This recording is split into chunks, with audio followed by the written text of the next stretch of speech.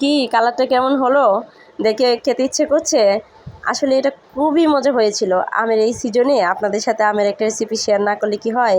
তো hello everyone, আসসালামু আলাইকুম। আরএস কিচেন অ্যান্ড ব্লগ থেকে আমি শামিমা চলে আসলাম আপনাদের সাথে আমের আচারের সুন্দর একটা রেসিপি নিয়ে। এটা কিন্তু একদম তেল ছাড়া একটা রেসিপি, একদম খরচ নাই বললেই চলে। তো তার জন্য হচ্ছে আমি বাজার থেকে 2 কেজির মতো আম নিয়ে আসছিলাম। যেহেতু টক খেতে আমার খুব বেশি ভালো লাগে, এইখান থেকে হাফ কেজি আম আমি ভর্তা বানিয়ে কিংবা টক রান্না করে কিন্তু অলরেডি খেয়ে ফেলছি। তো এখানে 1.5 কেজি আম ছিল, ভাবলাম যে এটাও হয়তো বা এভাবে খেয়ে ফেলতে পারি। তো এটা দিয়ে আচার বানিয়ে রেখে দিই, পরে খাওয়া যাবে। তো আর আচার বানাবো আপনাদের সাথে, যদি সেটা শেয়ার না করি তাহলে কি হয়। তো এই আচারটা কিন্তু একদম তেলবিহীন, মানে কম মশলা দিয়ে মজাদার একটা আচার। তো আমি প্রথমে আমগুলা হচ্ছে খোসা ছাড়িয়ে নিচ্ছিলাম। আর আম যখন খোসা ছাড়াচ্ছিলাম, আর আমের এখন হচ্ছে আমি যখন এটা এডিট করছি আর কি, মানে এডিট করতেছি, বিশ্বাস করেন আমার এত পরিমাণ ক্র্যাভিং হচ্ছিল, যে আমার সামনে আম থাকলে আমি হয়তো বা এখনই খেয়ে নিতাম। তো আমের খোসাগুলো প্রথমে আমি ছাড়িয়ে নিলাম। ছাড়িয়ে নেওয়ার পরে এই আমগুলো এইভাবে আমি কেটে নিচ্ছি। ছোটোবেলার একটা মজার গল্প আজকে আপনাদের সাথে শেয়ার করি।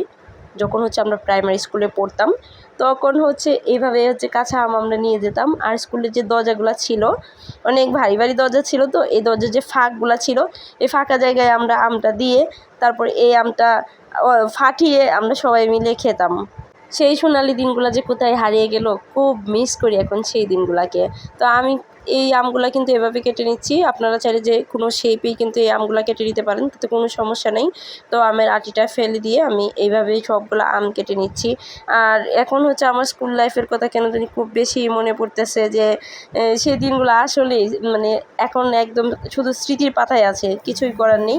আর এখন আমি এইখানে হচ্ছে আমের মধ্যে কিছুটা হলুদ আর শুকনো মরিচের গুঁড়া সুন্দর করে মাখিয়ে তারপরে আমটা আমি রৌদ্রে দিয়ে দিব। এই আমটা কিন্তু আমি বেশিক্ষণ রৌদ্রে রাখবো না, জাস্ট আমের গায়ে যে পানিটা আছে সেই পানিটা শুকানোর জন্য রৌদ্রে রাখবো। আর এইখানে হচ্ছে আমি আচারের যে মশলাটা সেটা রেডি করে নিচ্ছিলাম।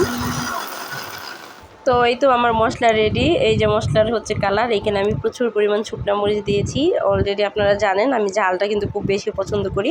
আর আমার আমগুলোও কিন্তু আমি শুকিয়ে নিয়েছি, এটা আমি 2 ঘন্টার মতো শুকাইছিলাম। আর এখন দিয়ে দিব হচ্ছে গুড়। আমি এই আচারটা কিন্তু গুড় দিয়েই বানাবো, কারণ গুড় দিয়ে বানালে আমের কালারটা কিন্তু একদম অস্থির একটা কালার আসে, মানে একদম মেরুন কালার, ডার্ক মেরুন যেটা, সেটা আসে। তো গুড়ে একটু পানি দিয়ে আমি গুড়টা জাল করে নিব। আর এই যে আমগুলো একটু দেখিয়ে দিচ্ছি যে কতটুক পরিমাণ হচ্ছে শুকিয়েছিলাম। আর আমি অল্প একটু পানি দিয়ে গুড়টা নরম করে নিচ্ছিলাম, কারণ গুড় তো শক্ত জিনিস, সহজেই হচ্ছে ছাড়বে না। আর যখন এটাতে জাল উঠছে তখন কিন্তু আমি এই যে আমগুলো দিয়ে দিচ্ছি।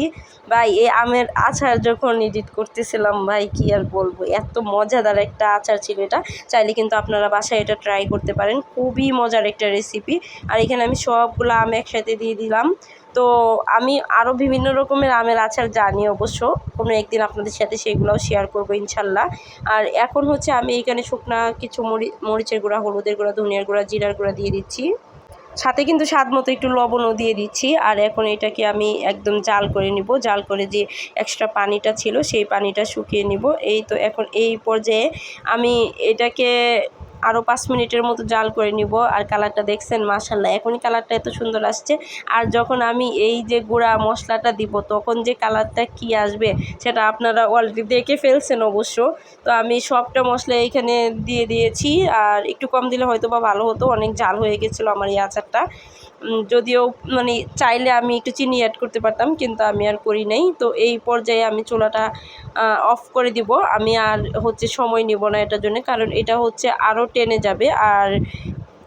আর পানিটা যদি বেশি শুকিয়ে যায় তাহলে কিন্তু এই আচারটা খেতে একদমই ভালো লাগবে না, কেমন একটা শক্ত শক্ত হয়ে যাবে। এই তো আমার আচারের কালার, মাশাল্লাহ মাশাল্লাহ মাশাল্লাহ, সবাই মাশাল্লাহ বলবেন। এটা এত কালারফুল ছিল, মানে আমার আবার এটা খেতে ইচ্ছে করছে। যদিও এটা আমি স্টোরেজ করে রেখে দিছি, আমি কিন্তু কোনো ভিনেগার ইউজ করি না এখানে, আমি এটা জাস্ট নর্মাল ফ্রিজে রেখে দিছি। আপনারা চাইলে একটু রোদ্রে শুকিয়েও নিতে পারেন।